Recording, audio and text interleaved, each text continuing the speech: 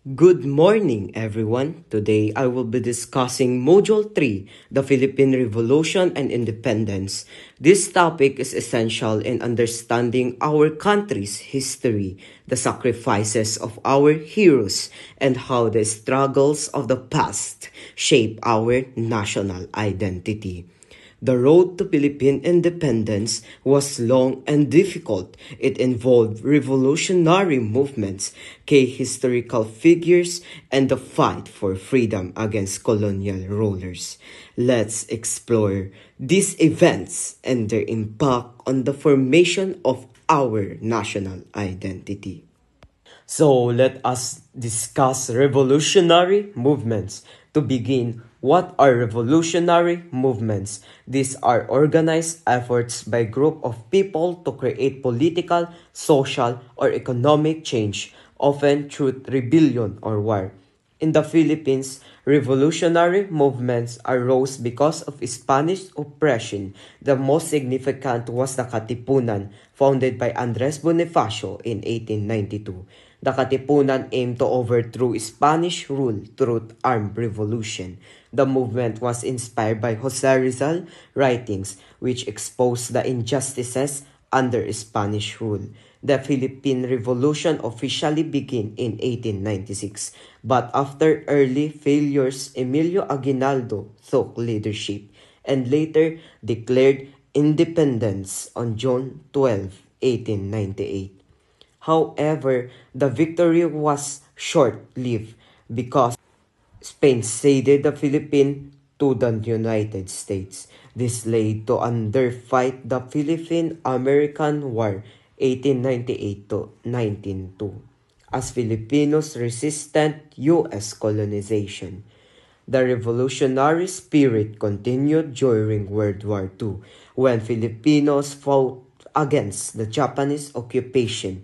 Even after achieving independence, the desire for change and democracy persisted, as seen in the power People Power Revolution of 1886. Next, discussion about key historical figures. The Philippine Revolution was shaped by brave and influential figures, including Jose Rizal, a writer and reformist whose works No Limitang Here and El Filibusterismo inspired Filipino to seek change. His execution in 1896 fueled the revolution. Andres Bonifacio, the father of the Philippine Revolution, who led the Katipunan in the first uprisings against Spanish rule. Emilio Aguinaldo, the first president of the Philippines, who declared independence in 1898 and led the fight against American colonization. Antonio Luna, a skilled military leader who fought against the Americans but was later assassinated in 1898. Melchora Aquino, or Tandansora in short, known as the mother of the revolution, she supported revolutionaries by providing food and shelters. Gabriela Silang, a female revolutionary leader who continued her husband's fight against the Spanish. Apolinario Mabini, the brains of the revolution, who advised Aguinaldo and helped shape the first Philippine government. These individuals played crucial roles in leading the revolution, inspiring nationalism, and fighting for Philippine independence. Next, struggle for independence. The fight for independence did not end with the 1896 revolution. The Philippines went through three major colonial periods.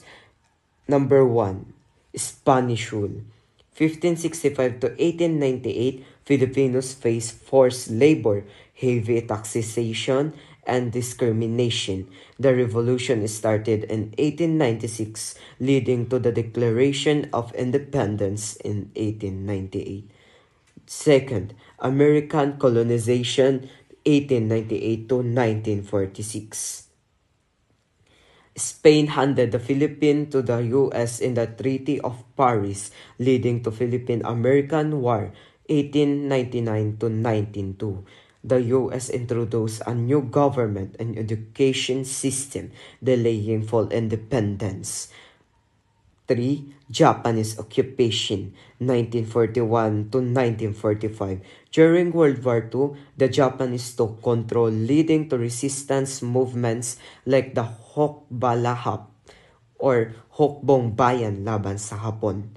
Finally, on July 4, 1946, the Philippines gained full independence from the United States, marking the birth of the Third Republic. However, the struggle for democracy continued, as seen in the People Power Revolution of 1986, which ended the dictatorship of Ferdinand Marcos.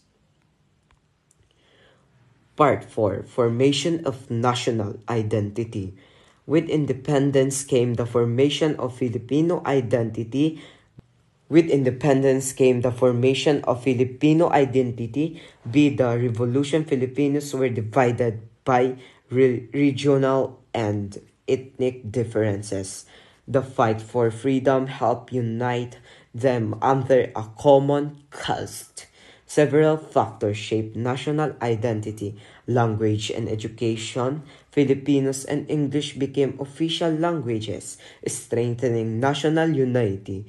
National symbols, the Philippine flag's national anthem, Lopang Hinirang and Heroes, became symbol of patriotism. Cultural heritage, the blending of indigenous, Spanish and American influences shaped Philippine traditions, arts, and literature, the spirits of revolution, the bravery of past revolutionaries continues to inspire modern movements for democracy and human rights. Today, the Philippines remains a sovereign nation with a strong sense of nationalism, but challenges such as poverty, corruption, and political struggles remind us that the fight for a better nation is ongoing. Conclusion. To summarize, the Philippine Revolution and independence was a crucial turning point in our country. The revolution movements fought against foreign rule, led by key historical figures who sacrificed their lives for freedom. The struggle for independence lasted for centuries, from Spanish rule to American and Japanese occupation, until we achieved full sovereignty in 1946. Through these struggles, we develop a strong national identity that continues to shape our country today. Understanding this history reminds us of the sacrifices made by our ancestors.